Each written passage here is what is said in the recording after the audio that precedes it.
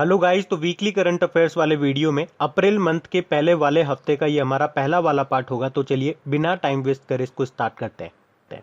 पहला प्रश्न पूछा जा रहा है, इंटरनेशनल स्पेस स्टेशन में पाए गए बैक्टीरिया का नाम किस भारतीय वैज्ञानिक के नाम पर रखा गया?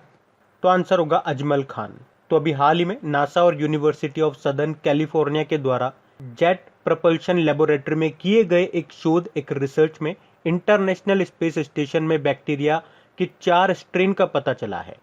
और वैज्ञानिकों की इस टीम में भारत के हैदराबाद यूनिवर्सिटी की एक टीम भी शामिल है। और इन स्ट्रेन में से एक का नाम अजमल खान के नाम पे रखा गया। और क्या नाम रखा है? मैथिलोबैक्टीरियम अजमाली। अजमल खान जो कि एक प्रसिद्ध भारतीय वैज्ञानिक है।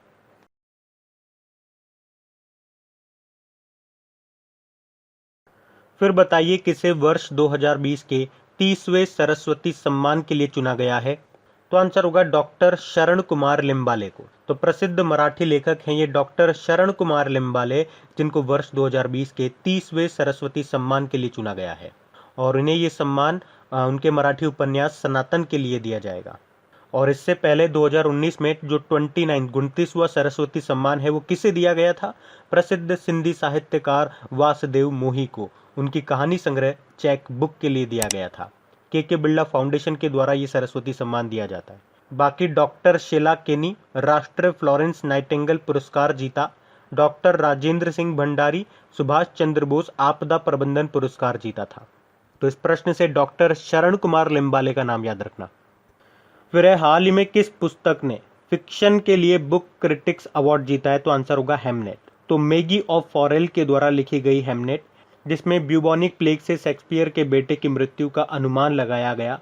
तो इस हेमनेट नाम की पुस्तक ने फिक्शन के लिए नेशनल बुक क्रिटिक्स सर्कल पुरस्कार जीता है। इसके अलावा टॉम जॉल्नर की island on fire the revolt that ended slavery in the Britain empire ने नॉन फिक्शन में अवार्ड जीता। बाकी मोहन कृष्ण बोहरा तस्लीमा संघर्ष और साहित्य नाम की उपन्यास के लिए 30वां बिहारी पुरस्कार जीता था। इंदिरा नुई पेप्सिको की पूर्व सीईओ हैं ये। इन्होंने भी अभी एक बुक लिखी है, my life in full work family and our future. Sanjaya Baru की बात करेंगे, India's power elite caste class and cultural नाम की बुक को लिखा है। फिर बताइए किसे 51वें दादा साहब फाल्के अवार्ड के लिए चुना गया है? तो आंसर होगा रजनीकांत को। 1 लाइनर क्वेश्चन है और बड़ा इंपॉर्टेंट क्वेश्चन है, याद रखना, ये डेफिनेटली आपके एग्जाम में आएगा। तो फिल्मी दुनिया का सबसे बड़ा अवार्ड दादा साहब फाल्के अवार्ड दिया जाएगा रजनीकांत को, और ये इसका 51वां संस्करण होगा। 2019 के लिए दिया जा रहा है, ये याद रखना है ना। इससे पहले 2018 का जो 50वां संस्करण था दादा साहब फाल्के अवार्ड का, वो दिया गया था अमिताभ बच्चन को। और अगर पूछा जाए, जो कि पूछा जाता है एग्जाम में, कि पहला दादा साहब फाल्के अवार्ड कब और किसे दिया गया था? 1969 में एक्ट्रेस देविका रानी को मिला था ये। फिर एम्पोरेस स्काई स्क्रैपर पुरस्कार 2019 से सम्मानित लक्ता सेंटर, ये किस देश में स्थित है? तो आंसर होगा रशिया में। लक्ता सेंटर जो कि रशिया के सेंट पीटर्सबर्ग में स्थित है, जिसको एम्पोरेस स्काई स्क्रैपर पुरस्कार 2019 से सम्मानित किया गया है। तो ये ऊंची इमारतों के लिए दिया जाने वाला सबसे प्रतिष्ठित पुरस्कार है। और रूस ने पहली बार इस पुरस्कार को जीता है। और ये जो लक्ता सेंटर है, इसकी ऊंचाई है 462 मीटर। बाकी रशिया में पढ़ चुके हैं। कैपिटल इसकी मॉस्को है, करेंसी रूबल है। व्लादिमीर पुतिन इसके प्रेसिडेंट है, मिखाइल मिशुस्तिन इसके प्रधानमंत्री हैं। फिर बताइए किसे 2021 के लिए कलिंग रत्न पुरस्कार से सम्मानित किया गया? तो आंसर होगा विश्वभूषण हरिचंद्रन को। आंध्र प्रदेश के गवर्नर हैं ये विश्वभूषण हरिचंद्रन, जिनको वर्ष 2021 के लिए कलिंग रत्न पुरस्कार से अभी सम्मानित किया गया है। और हमारे vice president M Venkaiah Naidu ji ने उन्हें ये पुरस्कार दिया। बाकी डॉक्टर शरण कुमार लिम्बाले, अभी 2020 का 30वां सरस्वती सम्मान के लिए इनको चुना गया। इनके मराठी उपन्यास सनातन के लिए। प्रोफेसर शरद पगारे हिंदी लेखक है, अभी अपने उपन्यास पाटलिपुत्र की सम्राज्ञी के लिए 31वां व्यास सम्मान जीता इन्होंने। और मोहन कृष्ण बोहरा तस्लीमा संघर्ष और साहित्य के लिए 30वां बिहारी पुरस्कार इन्होंने जीता था।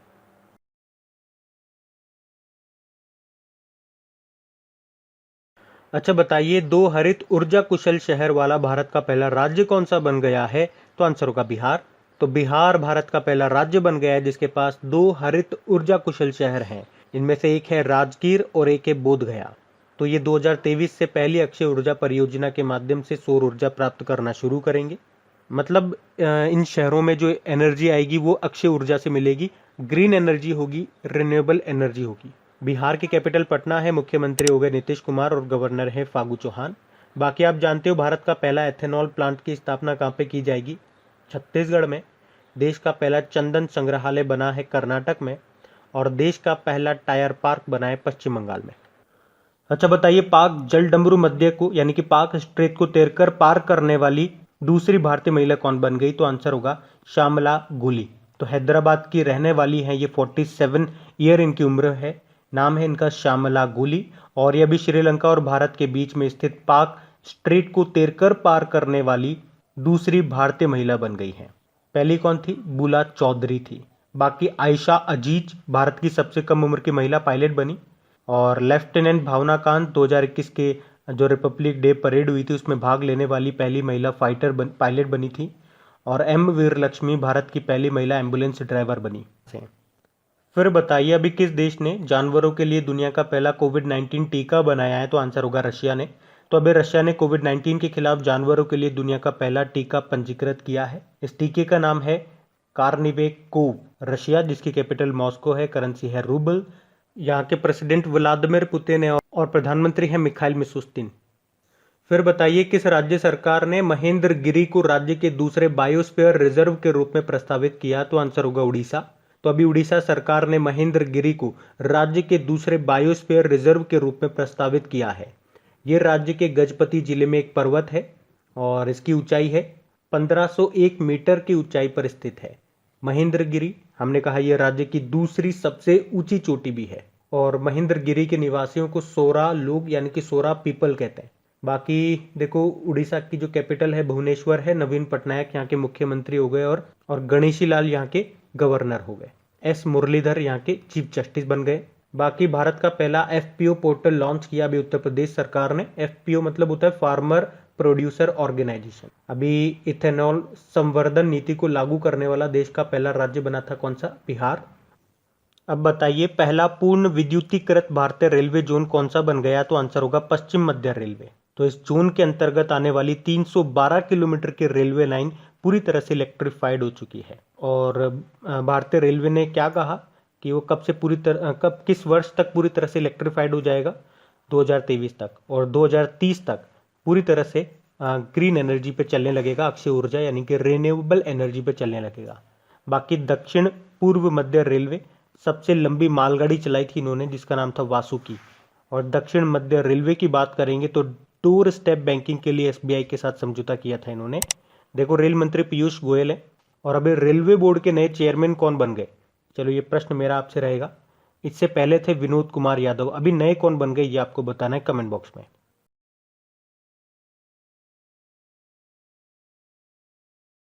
फिर बताइए, एमनेस्टी इंटरनेशनल का नया महासचिव सेक्रेटरी जनरल किसे नियुक्त किया गया? आंसर होगा एग्नेस कैलमर्ड को।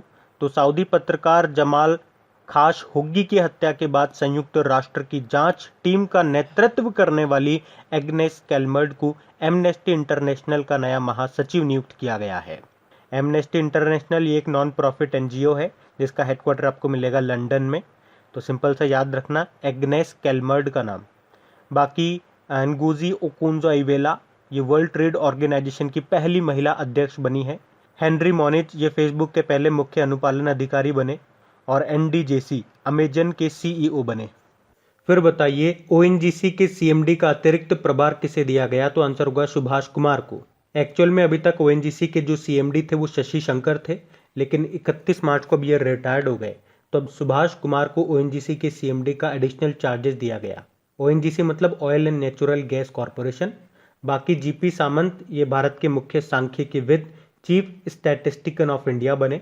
M A Ganapathy national security guard के डायरेक्टर जनरल बने, और एन वी रमन हमारे अगले चीफ जस्टिस ऑफ इंडिया हैं ये 48 नंबर के, क्योंकि अभी तक जो 47 नंबर के शरद अरविंद बोबड़े थे, इनके रिटायरमेंट के बाद ये जो नए बनेंगे। अच्छा बताइए, कर्मचारी राज्य बीमा निगम के महानिदेशक कौन बने हैं? तो आंसर होगा मुखमीत एस भाटिया। कर्मचारी राज्य बीमा निगम यानी कि एम्प्लॉयज स्टेट इंश्योरेंस कॉर्पोरेशन, इसके डायरेक्टर जनरल बने हैं ये। बाकी आतिश चंद्र ये फूड कॉर्पोरेशन ऑफ इंडिया के अध्यक्ष बने। सौरभ गर्ग यूआईडीएआई के नए CEO बने और Sanjeev Kumar airport authority of India के नए चेयरमैन बने। फिर बताइए ब्रिटानिया का अतिरिक्त निदेशक किसे नियुक्त किया गया? तो आंसर होगा उर्जित पटेल को।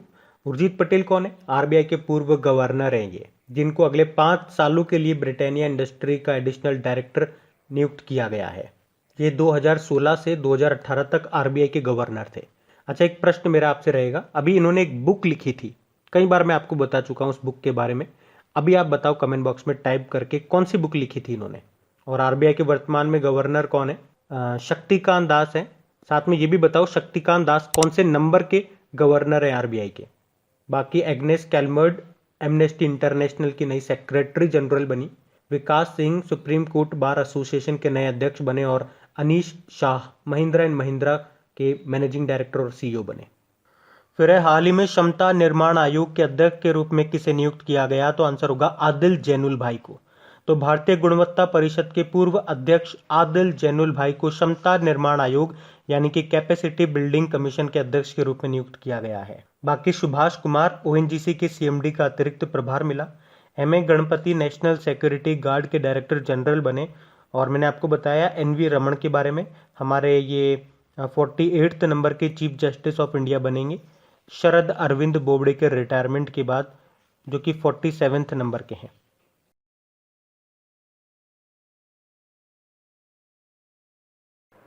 फिर है भारत ने किस देश के साथ वज्र प्रहार 2021 नाम के एक अभ्यास का आयोजन किया? तो आंसर होगा अमेरिका। तो भारत और अमेरिका के बीच में हुआ ये वज्र प्रहार नाम का युद्ध अभ्यास, ये इसका 11वां संस्करण था। और हुआ कहाँ पे? हिमाचल प्रदेश के बकलो में स्थित स्पेशल फोर्स ट्रेनिंग स्कूल में हुआ। देखो अमेरिका के प्रेसिडेंट नए बन गए जो बाइडेन, उनका नाम है 46 नंबर के हैं। यहाँ की जो पहली महिला उपराष्ट्रपति बनी उनका नाम कमला हैरिस है। अच्छा बताइए भारतीय सेना किस देश में आयोजित शांतिर ओग्रोशोना 2021 अभ्यास में हिस्सा लेगी? तो आंसर होगा बांग्लादेश। तो बांग्लादेश में वहाँ के जो राष्ट्रपिता कहे जाते हैं बंगबंधु शेख मुजीबुर रहमान, उनकी जन्म शताब्दी के उपलक्ष्य में अभी बहुराष्ट्रीय सैन्य अभ्यास शांतिर उग्रसेना 2021, जिसे शांति का फ्रंट रनर भी कहा जाता है, ये आयोजित किया जाएगा। और ये बांग्लादेश की आज़ादी के 50 साल पूरे होने का प्रतीक भी होगा। और इसमें भारतीय सेना सहित भूटान, श्रीलंका की सेना की टुकड़ियां भी पार्टिसिपेट करेंगी। और इस एक्सरसाइज का विषय है मजबूत पीस कीपिंग ऑपरेशंस। देखो बांग्लादेश की कैपिटल मैंने आपको बताई क्या है, ढाका है, करेंसी टका है, शेख हसीना यहाँ की प्रधानमंत्री है और अब्दुल हामिद यहाँ के प्रेसिडेंट है।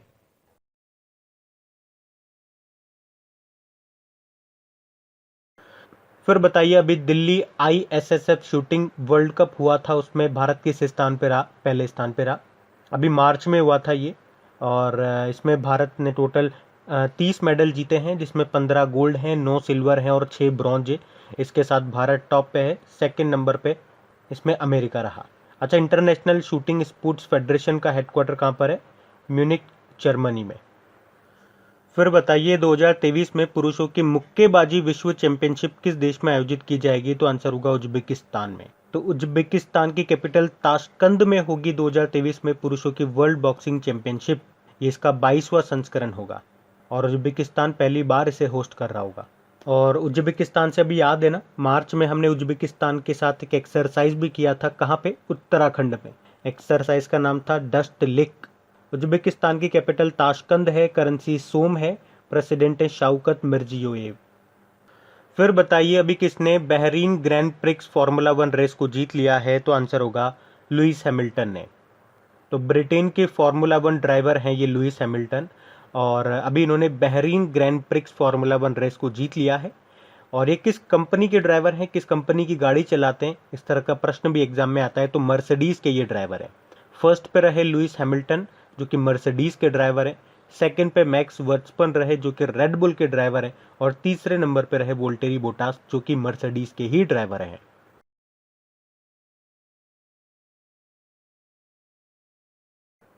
फिर बताइए नेम प्लेस एनिमल थिंग नाम की बुक को किसने लिखा है? तो आंसर होगा दरिबा लिंडम ने। बाकी डॉक्टर शरण कुमार लिम्बाले, हमने पढ़ा था 2020 का 30वां सरस्वती सम्मान के लिए इनको चुना गया, इनके उपन्यास सनातन के लिए। मोहन कृष्ण बोहरा तस्लीमा संघर्ष और साहित्य के लिए 30वां बिहारी पुरस्कार जीता इन्होंने। और प्रोफेसर शरद पगारे हिंदी लेखक हैं। अभी अपने उपन्यास पाटलिपुत्र की सम्राज्ञी के लिए 31वां व्यास सम्मान जीता है। अच्छा बताइए, सुपारी पालन नाम की जो बुक है इसको अभी रिलीज किया, इसके लेखक कौन है? डॉक्टर शैलेंद्र जोशी। और हमारे vice president M Venkaiah Naidu ji ने ही इस बुक को रिलीज किया है, जिसे लिखा है डॉक्टर शैलेंद्र जोशी ने। तो ये जो सुपारी पालन नाम की जो बुक है, ये तेलंगाना के पूर्व मुख्य सचिव श्री एस.के. जोशी के द्वारा लिखित eco T calling towards people centric governance का तेलुगु अनुवाद है, और यह अनुवाद किया डॉक्टर शैलेंद्र जोशी ने। बाकी Nitin Gokhale, Manohar Parrikar brilliant mind simple life नाम की बुक को लिखा। संजय बारू ने India's power elite caste class and cultural नाम की बुक को लिखा। और इंदिरा नुई ने my life in full work family and our future नाम की बुक को लिखा।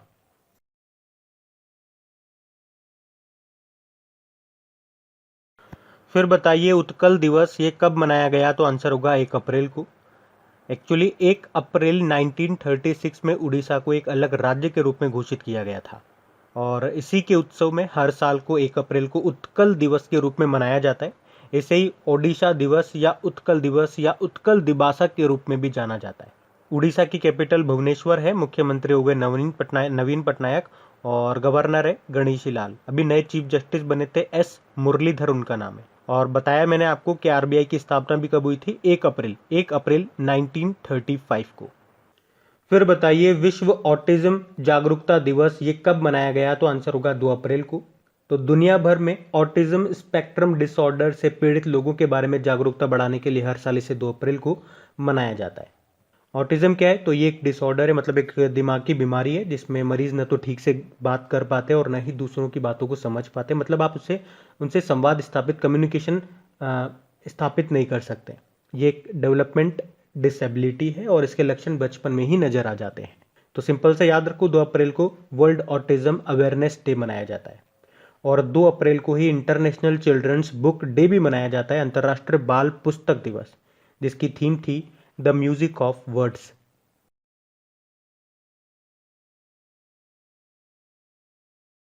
अच्छा बताइए, यूनियन बैंक ऑफ इंडिया ने किसके साथ मिलकर यूनी कार्बन कार्ड को लॉन्च किया? तो आंसर होगा HPCL।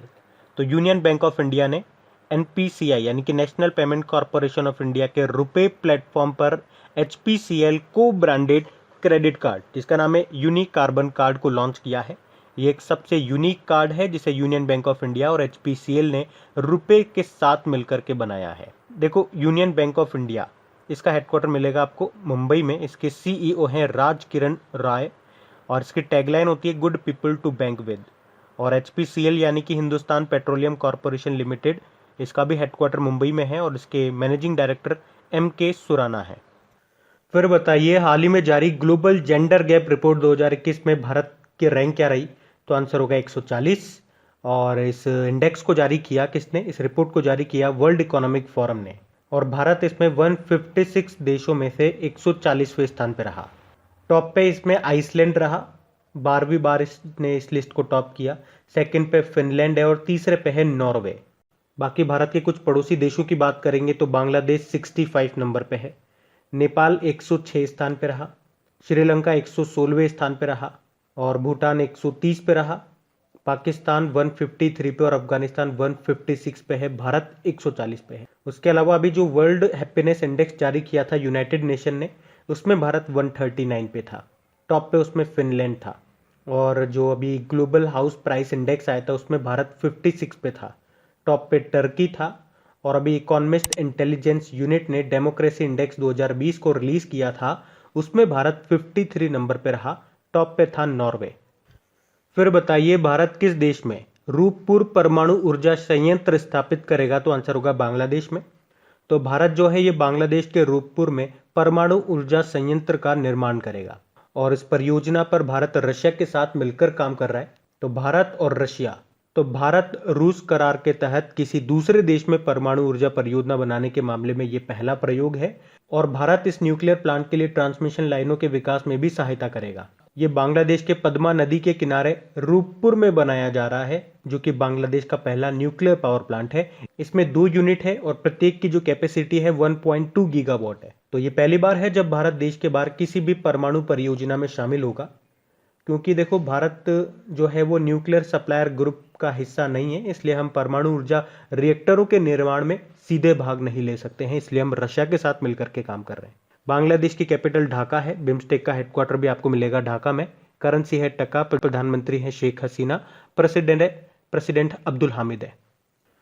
फिर बताइए, नीति आयोग के द्वारा शुरू किए गए एम प्राइम कार्यक्रम किस उद्देश्य से संबंधित है? विज्ञान आधारित स्टार्टअप को बढ़ावा देना। तो नीति आयोग ने अभी एम प्राइम मतलब हो गया Atal innovation mission, program for researchers on innovation, market readiness and entrepreneurship. तो अभी इसको लॉन्च किया है नीति आयोग ने। इसका उद्देश्य है पूरे भारत में विज्ञान आधारित जो भी स्टार्टअप्स हैं और जो भी उद्यम है, जो भी बिजनेसेस हैं, उनको बढ़ावा देना, उनका समर्थन करना। और अटल इनोवेशन मिशन ने इस कार्यक्रम को शुरू करने के लिए bill and Melinda Gates foundation के साथ समझौता किया। देखो, नीति आयोग से याद रख लो, एक तो इसकी फुल फॉर्म क्या होती है? National institute for transforming India. इसके अध्यक्ष होते हैं भारत के प्रधानमंत्री, जो कि वर्तमान में है नरेंद्र मोदी। उपाध्यक्ष कई बार एग्जाम में पूछा जा चुका है, राजीव कुमार है। और सीईओ, नीति आयोग के सीईओ कौन है, ये भी कई बार एग्जाम में रिपीट हुआ प्रश्न है, अमिताभ कांत इसका आंसर है।